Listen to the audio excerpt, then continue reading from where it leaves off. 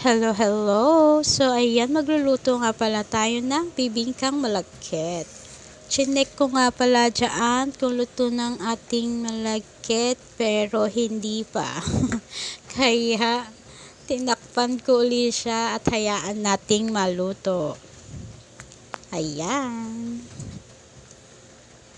Diyan sa ating kawali, meron nga pala dyan gata. Unang gata po ang gamit ko, hindi ako gumagamit ng pangalawang gata. Ayan. Diyan sa ating gata, naglagay ako ng asukal. Then, hahalo-haluin lang natin siya hanggang sa kumulo. Then, add natin yung ating malagkit. Ayan. Kumukulo-kulo na nga ang ating gata na may asukal. Sorry guys, pause lang ako ah.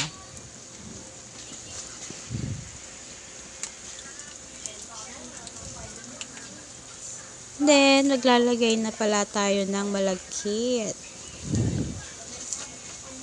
So guys, tansyahin nyo kung yung gata nyo is sobra, pwede nyo bawasan. Kasi ako nagbawas pa ako dyan, akala ko kasi sobra. Pangit naman kasi pag yung ating malagkit is malata. Kasi sinaing na natin siya, then ngayon, aanuin natin siya sa gata, diba? Kaya nagbawas ako dyan, pero nilagay ko din bandang huli kasi tama lang pala, kulang pa pala sa gata, kaya ayan, halo-haluin lang natin siya hanggang sa kumunat ang ating malagkit.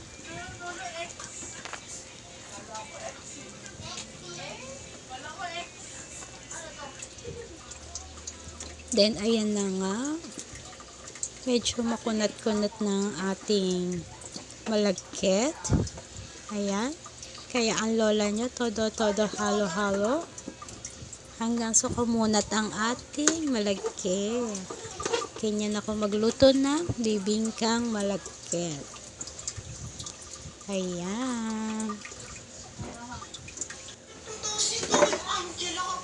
Luto na ang ating bibingkang malagkit at nilagay ko na nga siya sa mga lalagyanan. Ayan, ang ating bibingkang malagkit luto na. Ayan po.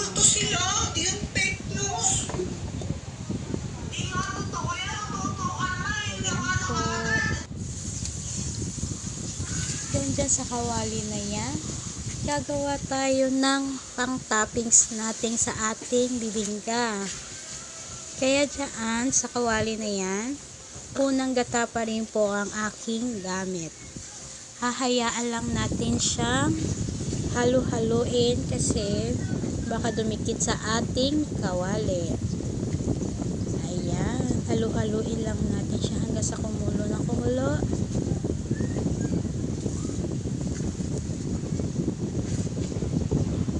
Ayan, todo talaga halo ang lola nyo kasi nga baka dumikit siya sa ating kawali at medyo nilakasan ko na nga yung apoy para maluto agad kasi inaano ko yung oras natin. Ayan. Kasi ang pagluluto kasi ng sauce ng malagkit ay medyo matagal-tagal kaya nilakasan ko ng ating apoy. Kasi kailangan natin makuha yung kanyang texture, yung parang matik na yung ating sauce. Kaya pag tik na ating sauce, pwede na yun, luto na yun. So ayan, naglagay na pala ako ng asukal. Negro pala gamit ko. Dati hindi ako gumagamit ng ganyang kulay na asukal, negrong-negro. Pero ayan, masarap pala gumamit ng negrong-negrong asukal. Ayan. Kasi may tinda pala akong asukal na ganyan. Kaya ayan ang ginamit ko. Ayan, ang sarap pala pag negrong-negro yung asukal ko. Sarap siya. Hindi katulad sa mga nakaraan gamit ko, hindi siya masyadong negro. Masarap din naman pero mas nagustuhan ko gamitin ng asukal na negrong-negro. Kaya ayan, halu-haluin na nga natin ang ating gata na may asukal. Then haya-hayaan natin siyang kumulo ng kumulo hanggang sa matik ng ating sauce para sa ating bibingkang malagkit. Ayan. Ang lola nyo, halo lang ng halo para hindi masunog ang ating ginagawa. para hindi dumikit ang ating niluluto sa ating kawali. Ayan. Halo-haloin lang natin siya hanggang sa matik na ating sauce.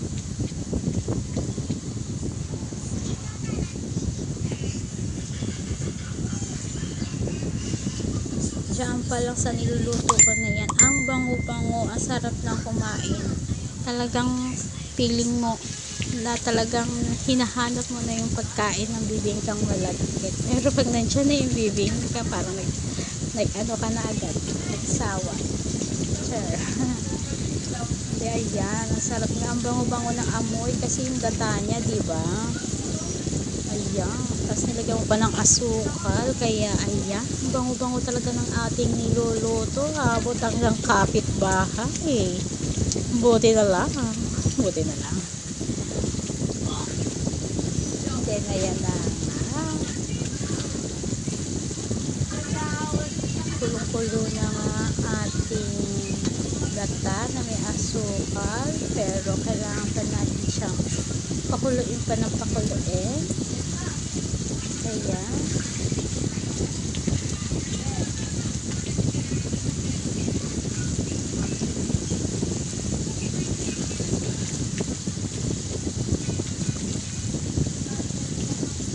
Ayan na nga ang ating gata na may asukal. Medyo naglalamis na nga ang ating gata dyan.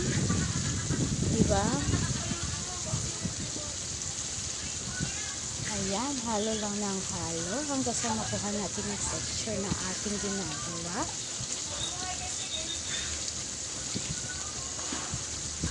Ayan, ang bango-bango talaga ng ating niluluto.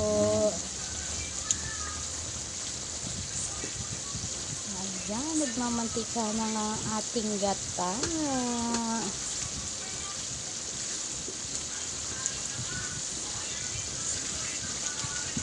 Ayan, sarap.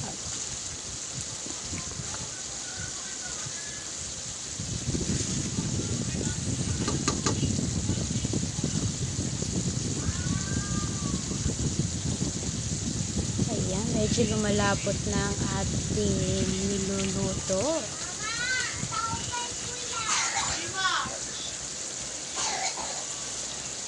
Ayan na nga.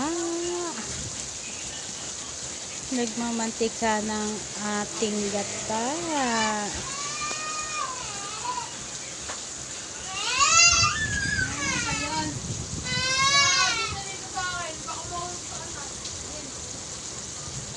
Ayan, kulong-kulo nga, diba? Mga ka-reels. Wala kasi tayong oven, kaya kailangan natin itik siya.